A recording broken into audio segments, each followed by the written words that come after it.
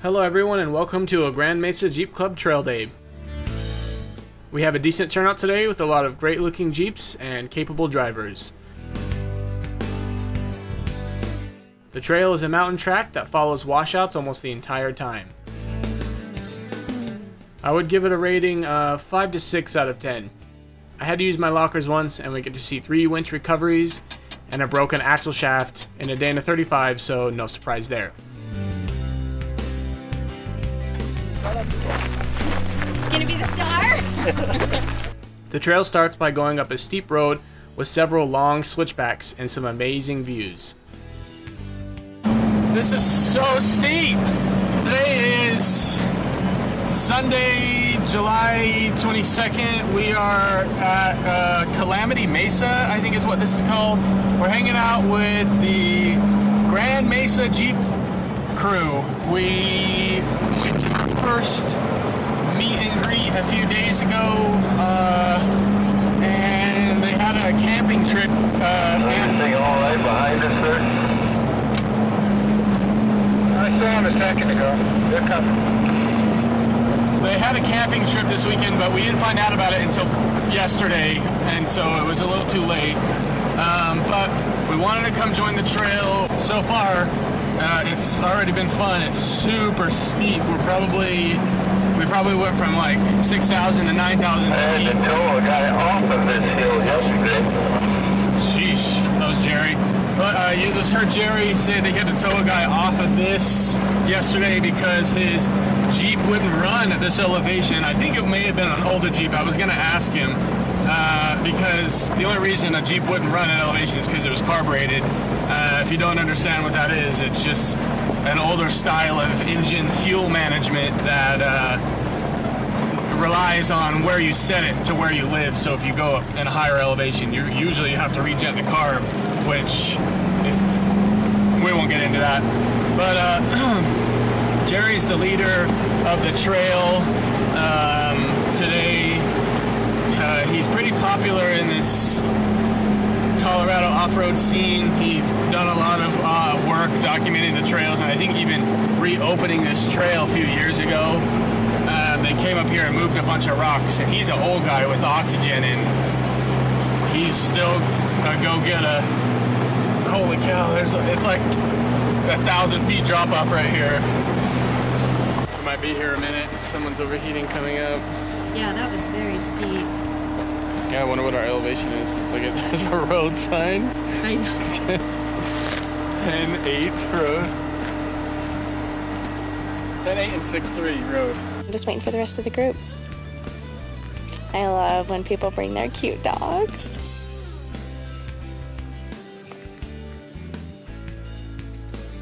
Ooh.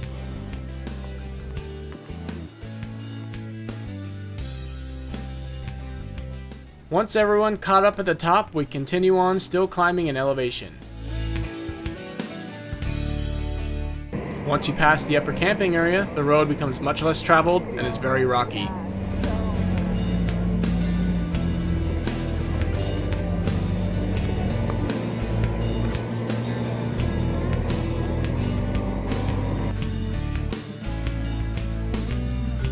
We are just north of Gateway, Colorado. A brief history of 6-3 Road. The road once led to a mining camp of over 1,800 people.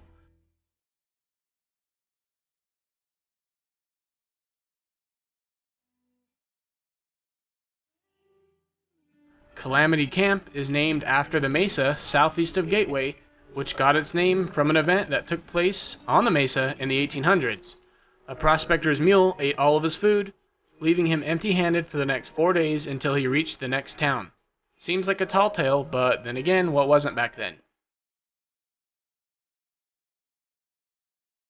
Calamity Camp is one of the last standing vanadium, radium, uranium camps in Colorado.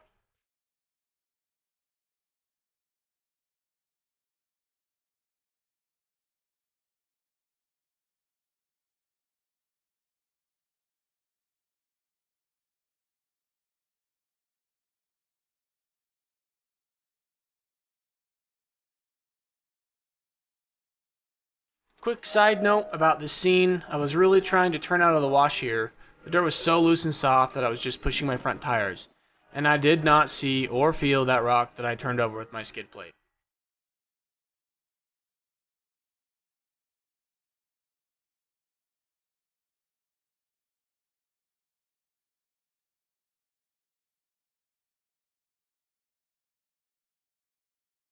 Okay, back to the interesting stuff.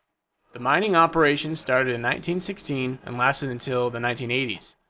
There are still several buildings standing, which include a large cookhouse with a stone fireplace, a near complete outhouse, several living quarters, some much older than others, and a few underground storage cellars. There is also a pump and generator house across the ravine that supplied electricity to the camp. The BLM warns of residual radiation at the site and on the trails around it. The incredibly steep road was formed with horses and mules and was actually the route miners took when leading pack animals up and down to deliver goods to the camp, as well as taking the carnotite ore to a local town called Whitewater where it would be sold.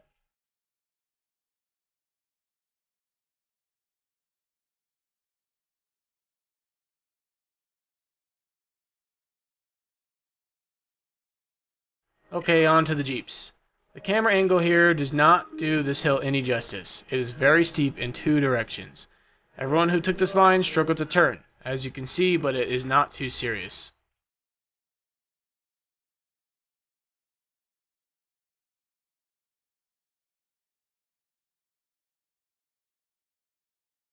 Some people chose to take the high side.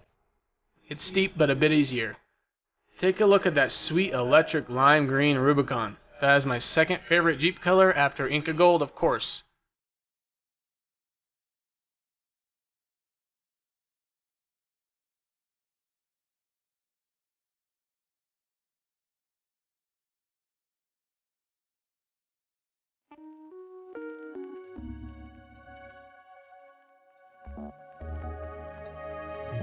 This Jeep's name is Thor. It is very built up and has a lot of tasteful modifications. The driver recently finished a lot of what we are seeing and she is still getting to know it.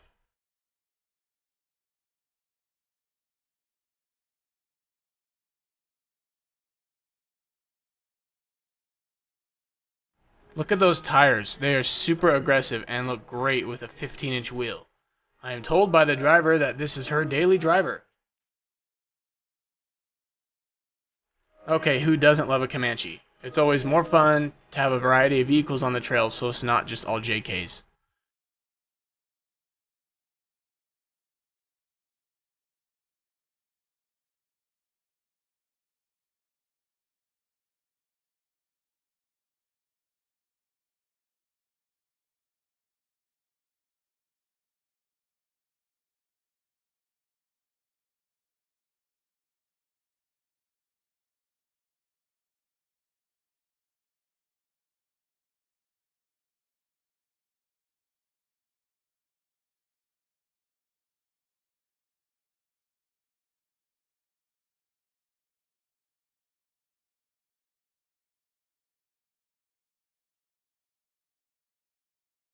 Our tail gunner's Jeep is very cool. There is a ton of work done and it all looks great. The suspension setup is very nice. He has 37-inch tires on it right now, and I am assuming that is because he drove it on the road to the trailhead since this is a local trail. Mesa County has some pretty relaxed laws about what can be driven on the street.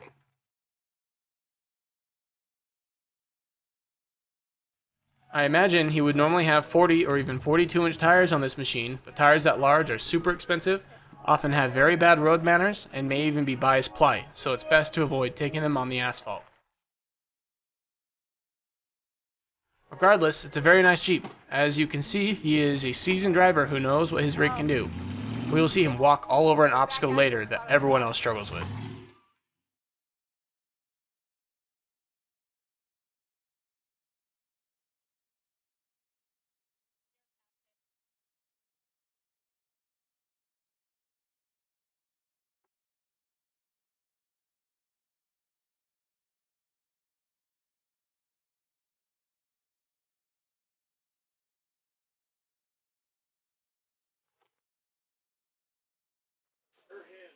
lunchtime. We are halfway through the loop. I think this trail is this trail called Calamity? Is that this one? Calamity Mesa Loop. We are halfway through. I think it's 19 miles. Stopped for lunch at the beautiful lookout.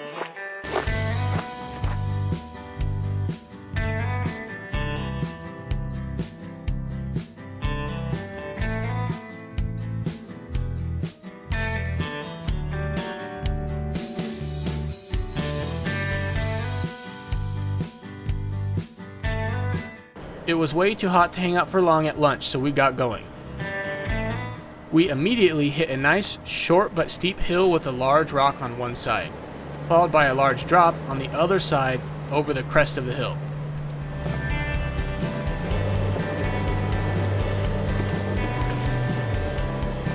That's kind of cool. Okay, watch your side, Kim. We take pictures of the monkey when we get the Jeep washed when we're done. He looks like a sad monkey because he's done trail riding. Well, actually, he's looking at me with a big smile, so Oh yeah, it didn't even scrape. That was his first. Way less bouncy than everyone else's, so I was so scared. But it's because I didn't ride the brakes down. I left it in first and just coasted down. Oh, let first That was the gear do engine, work. so four-wheel braking technically, because the engine, well, you know, I'm in four-wheel low. This is probably the most challenging obstacle on the trail. You will see everyone struggle. Several people getting stuck and 3 winch recoveries.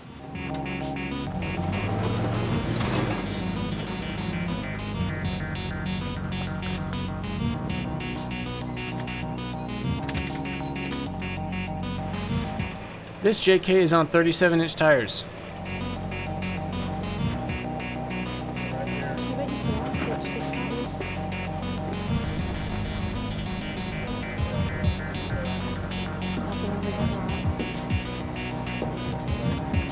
So you want to go over that rock like he did, and then to the right more.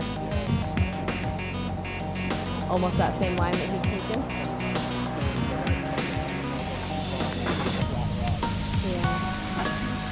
Yeah, you have to stay up on the top of it. Yeah, because since the rock goes, you go. I'll go over both of those big Yeah, rocks. because your tires are would be. See where the he goes on that rubber? That'll be like right in the middle. I was gonna say you need to just stop it.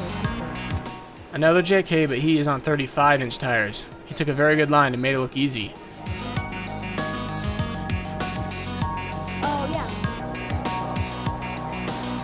Oh, right after that spot that we were taking out. Oh no.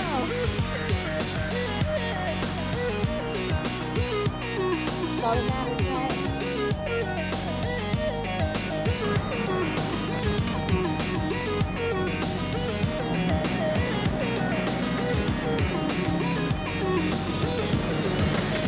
Oh yeah, look at that flex. I also have 35-inch tires and a metal cloak 3.5-inch lift.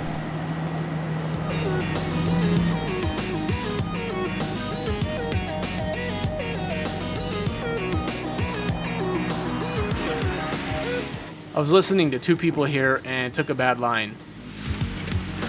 No worries. With a little reverse and lockers on, I go right up and over.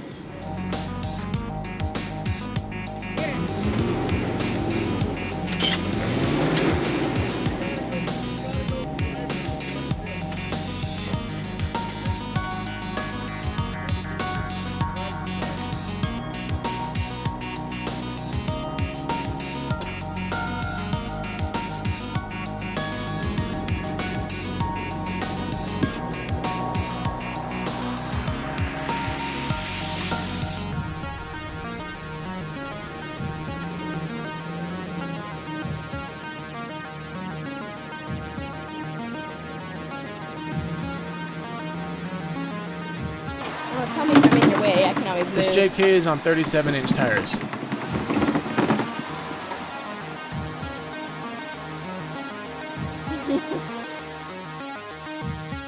He drives this well. It seems 37-inch plus tires have a much easier time at the top of this obstacle.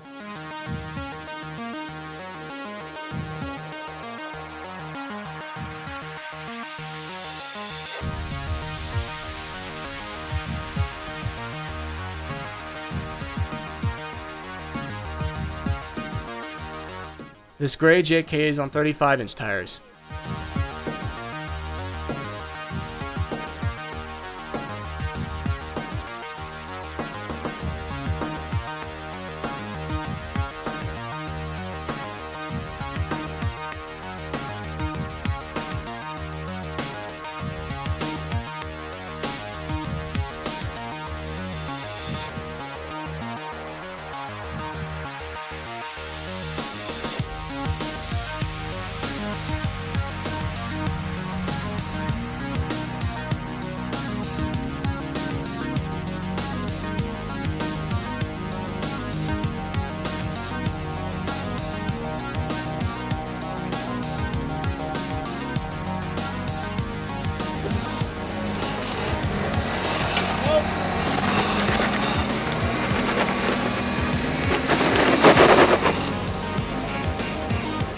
He took a good line, but slid down into a tight spot.